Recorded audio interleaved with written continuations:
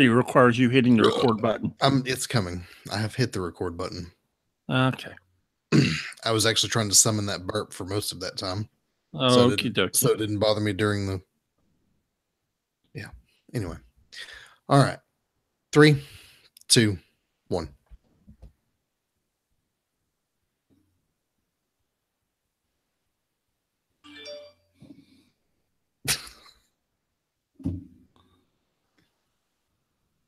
Hello again. I'm Pat. And I'm Sean. And this is the What's Next podcast where we discuss what to read in the wonderful Marvel Unlimited app after you've read the 20 some odd books that come out every week. And this episode, we're going to discuss Elektra and her first ongoing series there in Marvel. How you doing, man? I'm all right, dude. How are you? I'm good. Are you an Elektra fan? She's all right. The movie they made like in the mid 2000s was just okay. That most recent series that she was in with she was running around Vegas. The Netflix series. No, the comic book series. Oh God, that stunk. Yeah, it was awful. But like you said, the Netflix show was good. She's good on Netflix. So she's a character that Marvel is always trying to explore and they don't always get right. Kind of like Deadpool. Okay. As we said, we're here to explore Elektra. I'm coming back to that comment. We're coming back to that comment because that really threw me for a loop. I forgot everything I was going to say. How do you not, dude? The Deadpool movie cost like $50 million and it made like $1 billion. How did they not get it right? The movie? Yeah, the Deadpool movie is great. Are you reading what's coming out 6 months behind with Deadpool right now? No, but if you're talking about the movie, okay, we're going to discuss spoilers. If you're not, whatever. Okay. Where Deadpool was in Secret Empire, number 35 came out this week, man. It's the best book, arguably the best book in the Secret Empire series. Yeah, no, I haven't gotten around to that issue yet, but you've read all the issues before it, haven't you? Yeah. How can you say Marvel's not getting Deadpool or Elektra right? I'm saying they don't always get it right. Okay. All right, whatever. Not that they don't, but that they do not always. Listen, you've read plenty of Deadpool books. You were complaining about them recently with 2099 ones. Dude, but what you said was they don't get them right. And I'm like, some of these books are really right, man. Yeah, but sometimes they're not. Anyway, this is not one of those times. No, this is a great time because this is the first ongoing series of Elektra that Marvel did. And I thought there was one before this. This is 96. Frank Miller developed Elektra, created Elektra, if you will, in 1980. And he had taken over the reins of Daredevil. He needed a love interest. He needed more characters, so he created Elektra. And she was immediately, I say immediately, she came in like 168. In issue 181 or 182, she dies. She's resurrected at the end of the issue, but she stays dead. Now, if you listen to Frank Miller, what he will tell you is he had an agreement with the Marvel editor-in-chief at that time, which was Jim Shooter, that no one would use Elektra without his permission, which is why Elektra basically wasn't used for all of the 80s. Yeah, I mean, just she wasn't there because it was, they basically said, we'll give you creative control of Elektra. They kind of did a couple of things with her. Ralph Macchio became editor-in-chief at Marvel. And he and I forget the creator's name, but they kind of dabbled with Elektra a little bit, kind of like flashbacks and something else. And the book sold ridiculously good. I got to look this up because it is not, unless I'm mistaken, these books are not on Unlimited. No, they're not. Bear with me a moment. Let me get back over here. They did one that basically had Elektra's origin in it. Talked about her time as a kid. It was pretty weird. You want to talk about a miss? That one was a miss. That was I think it was Electra Assassin, which is kind of a mini series, like 1 through 8. It's on Unlimited right now. That came out in 1986. And in 1990, they did Electra Lives Again, which was a graphic novel kind of set in a what if universe, not kind of in the main Marvel universe. Didn't really, bring her back, because at the end of Frank Miller's run, she was alive. So it wasn't that she wasn't alive in the universe. She was, but nobody was allowed to use her creatively. Well, they kind of did a couple of things. They kind of put her in like Wolverine for a couple of issues. They put her in Daredevil for a couple of issues. They obviously sold remarkably well. And they had a crossover coming at the time. And Ralph Macchio and the writer of the crossover realized she really fit well into it. And that's when they decided to use her. Completely irritated Frank Miller, of course, who's known for irritated.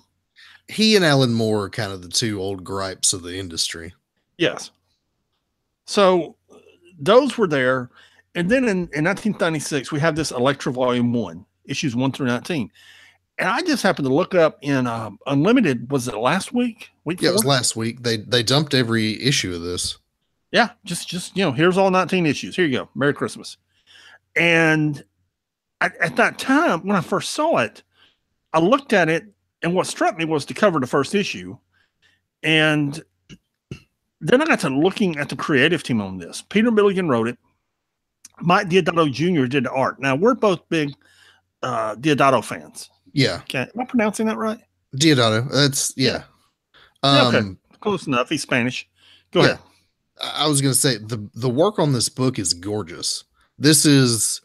It's not modern Didio, like what you see today, but you can kind of see glimpses of it, but it's very much rooted in that late 90s style, that kind of hyper realism that they had at the time.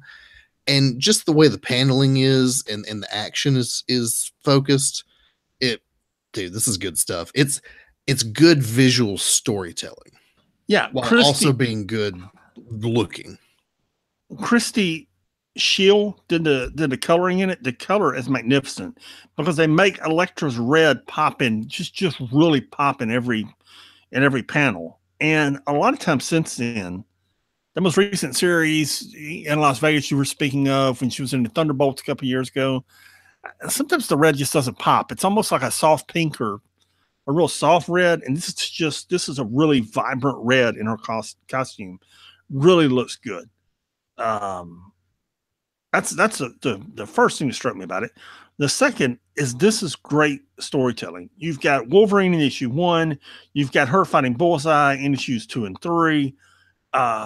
It just keeps getting better as the series goes, with basically anything you would want to see in an Electra book, from her and Matt Murdock to her and Doc Strange shows up at Doctor one point. Strange. It's all in there, man. It's everything that goes back to the 80s. What Frank Miller did, he tied it all together. They tied it all together here. This is simply a great book, and this series laid the foundation for everything that Electra is today. I mean, it's like Frank Miller created Electra and created the world that she hangs out in, but this series really fleshed out her place in the Marvel universe. And I was just, when it came up, I'll be honest with you, I haven't read a lot of these issues. I think I've read issue 1, maybe 2, but I've thumbed through a lot of them looking at Deodato's art. Dude, is it good? And this whole book just looks good, man. The whole run. Yeah, if you're a fan of Mike Deodato's art, this is a book for you to read. It's really good. I'm flicking through it right now, and it's just Merry Christmas. It's because that's the Silver Samurai, Ninja, the Hand. Everybody, man, they're all here, and this is about the time, probably several years after this, where Electra came in at number 22 on CBR's Sexiest Heroes. And when you look at sexiest women heroes, I guess, and when you look at Deodato's art in this book, you understand why that he was definitely writing for the teenage reader. Well, here's the thing. about the comic book industry is this book sold really well, and when you put a scantily clad woman on a cover, it sells. This is the late 90s. Especially, this is like some of the mid 90s. When Marvel was doing swimsuit issues. Yeah. Did you ever see that? No. I'm pretty some of that stuff that goes on in the comic book industry just I'm trying to see if it's in the I'm pretty sure it's on Unlimited. Marvel Illustrated, Marvel Holiday, Marvel Knights, Marvel Magniverse, Marvel Preview, Marvel Romance, Marvel Spotlight. Nope, the swimsuit issue is not here. But dude, they did some swimsuit comics. And just I mean, they were barely clothed, man. And you know, it was they would never do it these days. I mean, you know, comic books are just like this. It's a male dominated line, and you know, is what it is. Are you a fan of Elektra? Yeah, I like Elektra just fine. I think Frank Miller did a good job with Daredevil and Elektra. And here's the thing: is Daredevil was one of the original Marvel comics. You know, it was the fifth or sixth comic put out. It had a long run when Frank Miller came aboard. He came on as the artist, and then eventually took over the writing chores. Also, just took over total creative control in issue 168, and he essentially saved Daredevil from cancellation. I don't think he created Bullseye. I think Bullseye came along in the 130s of Daredevil. I'm pretty sure it's books that aren't in Marvel Unlimited because, hey, why would you put something like Bullseye's first appearance in Marvel Unlimited? But Frank Miller really, not only did he revitalize Daredevil, but he made Bullseye iconic. He made Elektra iconic. He created the Hand. He created Stick. You know, he created that. What do you call all those guys that run around with Stick? I don't remember. I can't either. He really cemented it together in a way that has really shaped it. A lot like the way that Christopher Priest run with Black Panther did a couple weeks ago. Those characters always existed, or he had come up with a few, but that particular run really made all those things gel together into something that is worthy of television. Yeah. Very good television. Yeah. If you're an Elektra fan, you know, go read the Daredevil run, and this would probably be my next stop. Well, it is your next stop because the rest of it isn't in Unlimited. Right. And we've complained about that ad nauseum over the years. And going back to your note about Frank Miller real quick, you know, he saved the book, but then he created this foundation for other writers to do good things with it. I mean, Daredevil's been good with relative consistency since he's done the book. You have the Bendis run, you have the the one we're in now. There's ups and downs, but I mean, consistently Daredevil's been really good. And here's the real point, and a lot of people aren't aware of this. When Claremont took over the X-Men 77, 78, Frank Miller took over Daredevil about the same time. Chris Claremont and Frank Miller essentially saved Marvel from bankruptcy. Mm-hmm. Dude, they were 6 months from closing the door. And the X-Men became so popular, and Daredevil became so popular, and they were able to take the creators that did those books and spin them out to other books. You know, John Byrne was first a hot artist on X-Men, but they took him and put him on Alpha Flight. They put him on Fantastic Four, you know, because you had this great artist in John Byrne. You know, Frank Miller did the Logan series out of the X-Men. Yeah, I forget when that was, 81, 82, something like that. You know, he did the Wolverine for issue limited series. I mean, yeah. you created Patch, didn't he? I don't think so. No, was that a Claremont thing? Yeah, that was a Claremont. No, I don't even think that was. I think it was somebody else who was wrote the first Wolverine series at the time. Okay. Well, Patch seems like a thing Frank Miller would come up with. But anyway, you can make the point that Frank Miller and Chris Claremont with these characters and the X-Men Uncanny X-Men basically saved Marvel from bankruptcy, and they did. And while they're respected in the comic industry, I don't think they get enough monetary.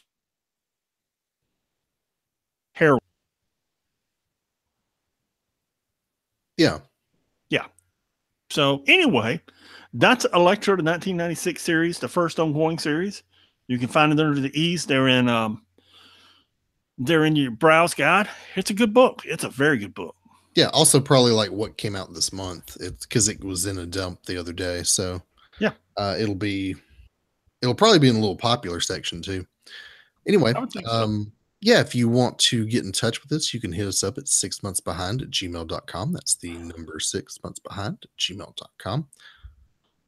Or you can visit the website, www.6monthsbehind.com, where links to these comics and other Frank Miller stuff will be. Fantastic. Well, until next time, we'll see y'all later. Peace.